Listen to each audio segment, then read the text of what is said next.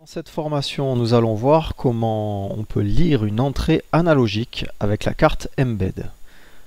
Alors, je ne vais pas faire un cours sur ce qu'est un signal analogique, ni sur ce qu'est un convertisseur analogique numérique que nous allons utiliser. Donc, il y en a de très bons sur Internet. Comme support de formation, je vais continuer d'utiliser la carte Application Board. Elle dispose de deux petits potentiomètres qui sont ici en bleu. Alors ils sont reliés sur les broches 19 pour celui de gauche et 20 pour le potentiomètre de droite. Allez, c'est parti, on lance l'IDE. Alors déjà on va aller voir sur la carte quelles sont les broches qui disposent d'un convertisseur analogique numérique. Alors sur le brochage, voilà, elles sont repérées en orange. Donc ce sont les broches de 15 à 20. Donc il y a 6 broches qui sont capables de convertir un signal analogique en un signal numérique. Allez, je crée un nouveau programme. Je vais l'appeler analog in. Alors, qu'est-ce qu'on va faire déjà? On va essayer d'afficher le niveau de tension sur la broche. On fait un petit tour vers la documentation. Et c'est ici, entrée-sortie analogique. Et nous, on va venir utiliser la classe analogIn qui permet de lire un voltage appliqué sur une broche. Alors la classe, elle est relativement simple. On vous met même un lien vers un article Wikipédia qui parle de la conversion analogique numérique. Donc peu de méthodes dans cette classe. Donc le constructeur qui prend un numéro de broche, une fonction read, une fonction read-u16 et un opérateur raccourci. Allez, on va utiliser tout ça. Donc déjà, j'efface le programme. Alors, on a dit que c'était la classe analogIn. Donc, je crée mon objet de type analogIn. Je vais l'appeler pot2. Je vais utiliser le potentiomètre numéro 2, celui de droite, qui est sur la broche P20. Et pour l'instant, je vais juste afficher sa valeur. Alors, on a dit, j'affiche la doc.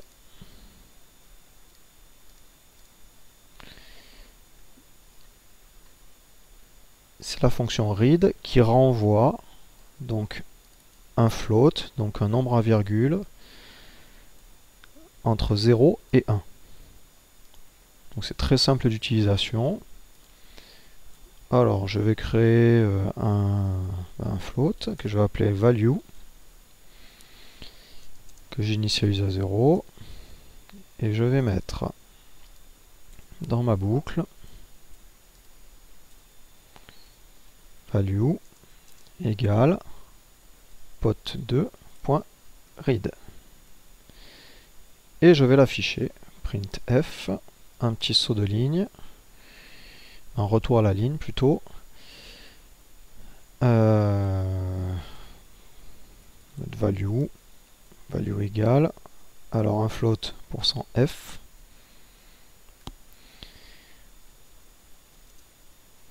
et la variable value. Une petite temporisation, wait 0,25, ça devrait faire l'affaire. Je compile, je branche ma carte.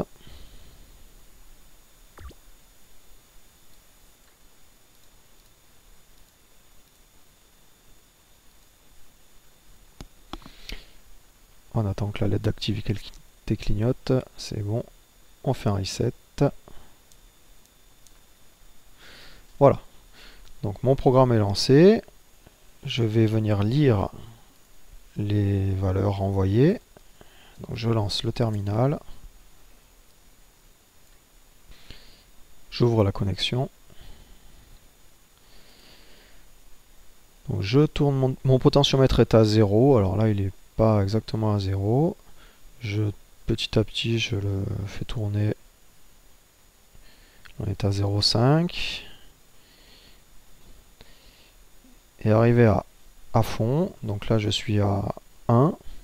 Donc ça veut dire que j'ai 3,3 volts sur ma broche, puisque je rappelle que la carte est en 3,3 volts. Alors attention, là, les entrées analogiques, elles ne sont pas 5 volts tolérants, comme les entrées numériques. Donc elles n'aiment pas du tout les tensions supérieures à 3 volts 3. Alors maintenant, on peut s'amuser, on peut la transformer en voltmètre, la petite carte. Donc c'est très simple, hein, puisque 1, ça correspond à 3 volts 3. Donc pour afficher la tension, on peut faire tension égale %F. Et là, je fais value fois 3,3. Je vais me mettre V derrière.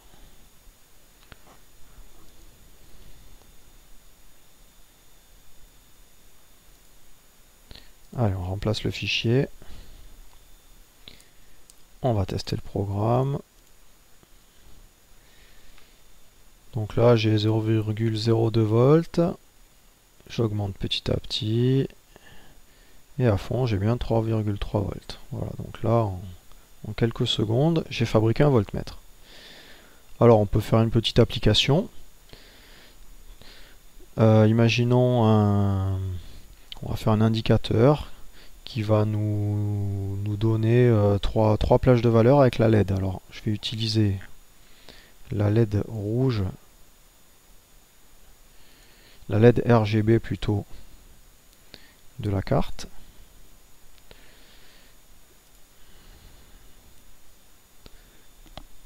Alors, la LED RGB qui est là, toujours, le composant numéro 9. On va voir le brochage. Donc la LED RGB, elle est sur vert, c'est 23, rouge c'est 23, vert 24, bleu 25. Il y a une petite remarque importante, on le voit dans les programmes d'exemple. Voilà, ici. On vous dit que la LED RGB est une LED à anode commune. Ce qui veut dire qu'en clair, un 0, si on met la broche à 0, ça va allumer la LED. Et si on met la broche à 1, ça va l'éteindre. Alors pour ceux qui ne savent pas ce qu'est une anode, hop. Donc l'anode, c'est la borne positive de la LED, c'est la plus longue. Et la borne négative, c'est la cathode. Donc là, j'ai la dock de la LED, hein, ça c'est la dock officielle de la LED. Hop.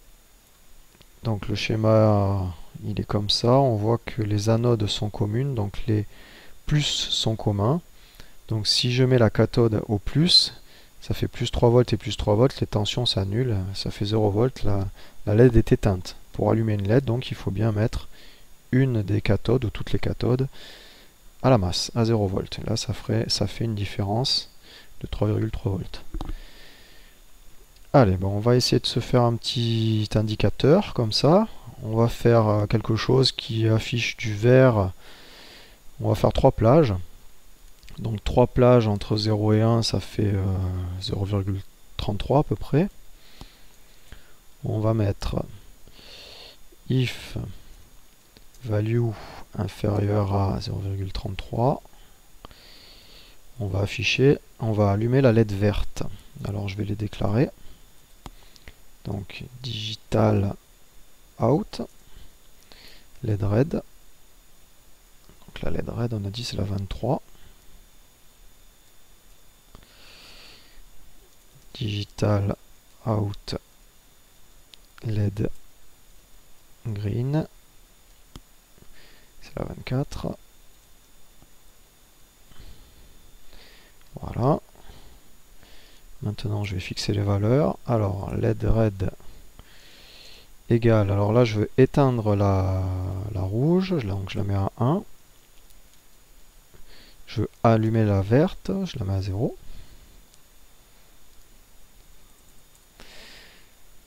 Donc en dessous de 0,33 j'allume.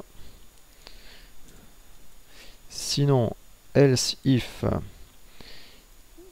si la valeur est supérieure ou égale à 0,33 et inférieure à 0,66, je vais faire pareil, mais je vais afficher du orange. Donc on va allumer les deux LED. Je mets les deux à 0. Et sinon, ça veut dire que si la valeur est supérieure ou égale à 0,66, on va allumer en rouge. Donc else.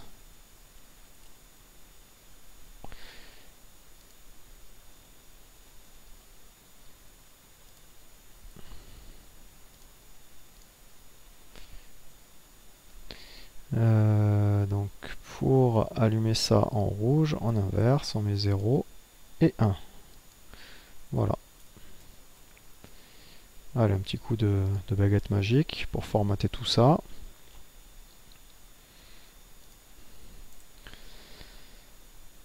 Allez, on va tester.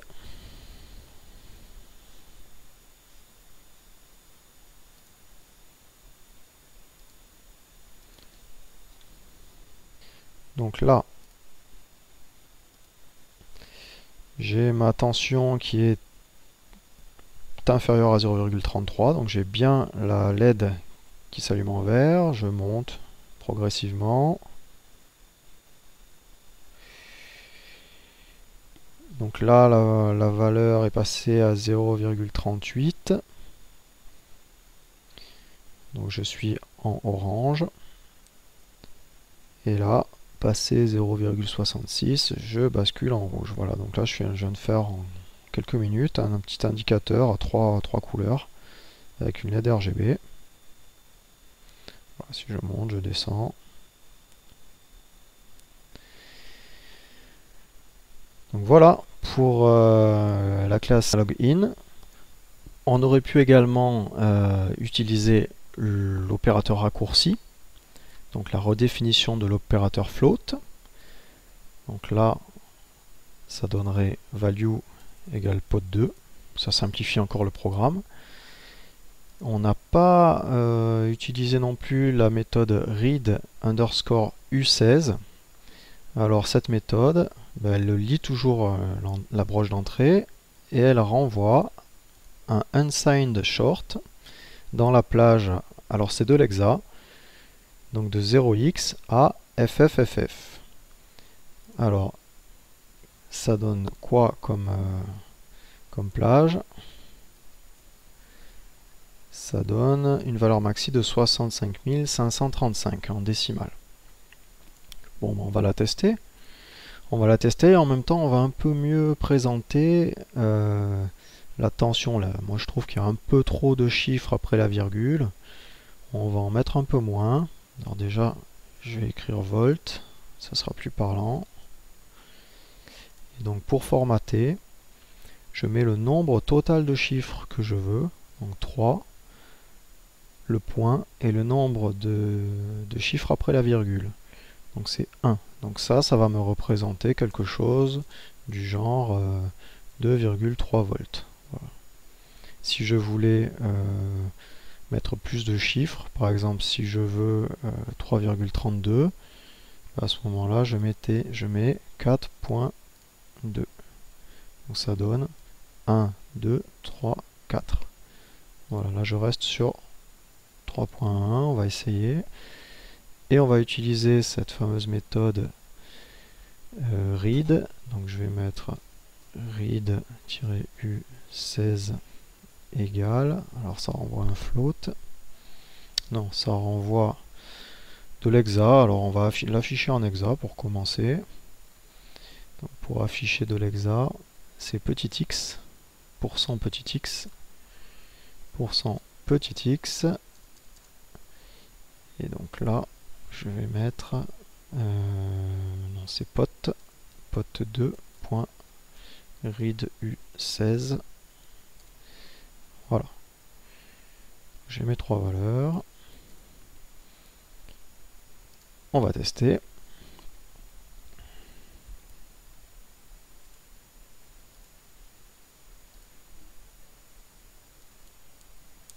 Allez. Alors j'ai 0 volts. Je vais monter mon potentiomètre tout doucement. Donc là on voit bien que j'ai de l'hexa, hein, j'ai du ABCDE. Je mets à fond pour voir. Donc à fond j'ai bien 3,3 volts et la valeur FFF. Voilà. Et mon potentiomètre qui est à 1. Si j'avais voulu l'afficher en décimale, cette valeur, voilà, je vais la faire un petit peu varier là. Donc là on voit bien hein, que c'est de l'hexa. Si je veux mes 65 000 valeurs, alors de l'unsigned, c'est petit u. Donc il suffit de changer %petit u. On va même rajouter un peu de précision. On va mettre 4.2.